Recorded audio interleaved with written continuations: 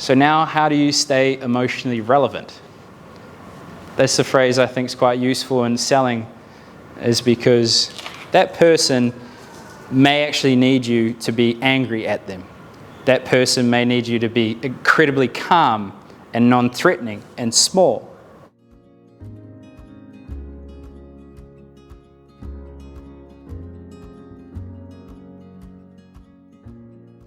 And so once you've built comfort, there's a mistake we often make, and they always talk about you have one mouth and two ears, and we all say that.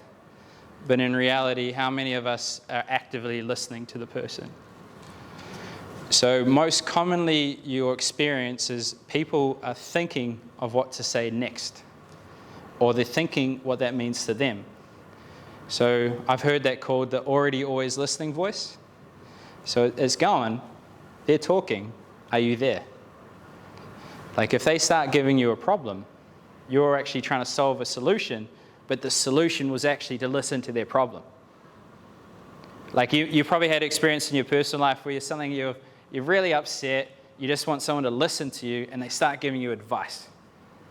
Who said that? Yeah, how annoying is that?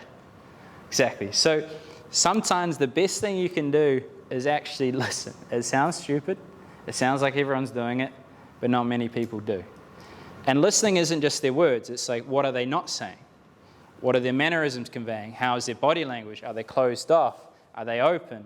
Are they engaged? Are they asking questions? So it's really, nothing matters more than that person in front of you. You can multitask, supposedly, but that person's going to feel that you're not here. So that's a big part. Listen.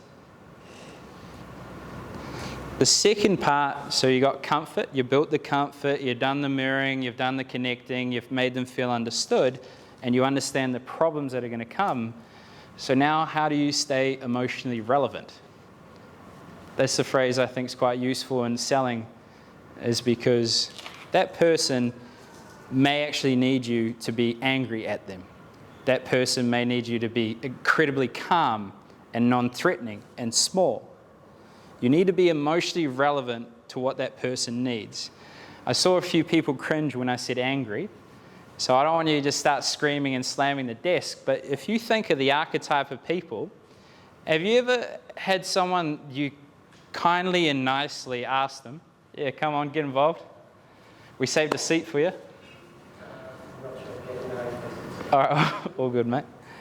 I have no idea. What were we talking about? Anyone know? Emotionally relevant. All right, cool. Everyone's embodying the listening. I like it. So remaining emotionally relevant, this person you may have had when you're incredibly nice and you ask nicely over and over and over again, and they don't execute until suddenly you just lose it and you say, can you do this? Can you clean that? And they're like, oh, yeah, okay, cool. And they do it. Has anyone had that experience where it just took that little bit of edge to your voice and you got the outcome that you wanted?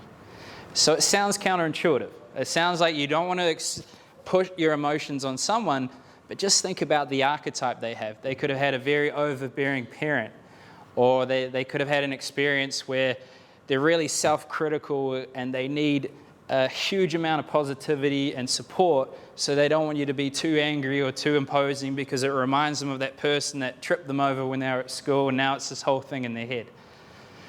So it's true. You need to be emotionally relevant to what that person needs. How do you think of that? So, yes, that's a good question. So this is an EQ thing. So it's effectively, it's a trial, it's a test and measure. So you start seeing patterns in people and you try not to put them in a box, but you get a bit of an understanding. So, for example, when I would sell in a shopping center, I had to stop people. There were some people, when I had a very strong, imposing body language, they would crumple up and be scared. So as soon as I saw that in their eyes, I would get small and I'd replicate, oh, sorry. And then I'll say, oh, have you seen this? And break eye contact and let them come over.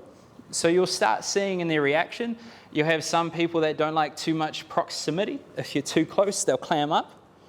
So you just start learning those things. So if you're trying to train your salespeople, every time that they interact with someone, ask them what that person was feeling or why do you think they said those things. What that starts to train is their focus on seeing it's relevant, and then it builds their skill set. So it is a hard thing. And sometimes you'll get angry and they needed you to be supportive, and it's quite dangerous, so maybe don't do angry if you're not sure yet. But sometimes the tonality is all they needed to get a yes.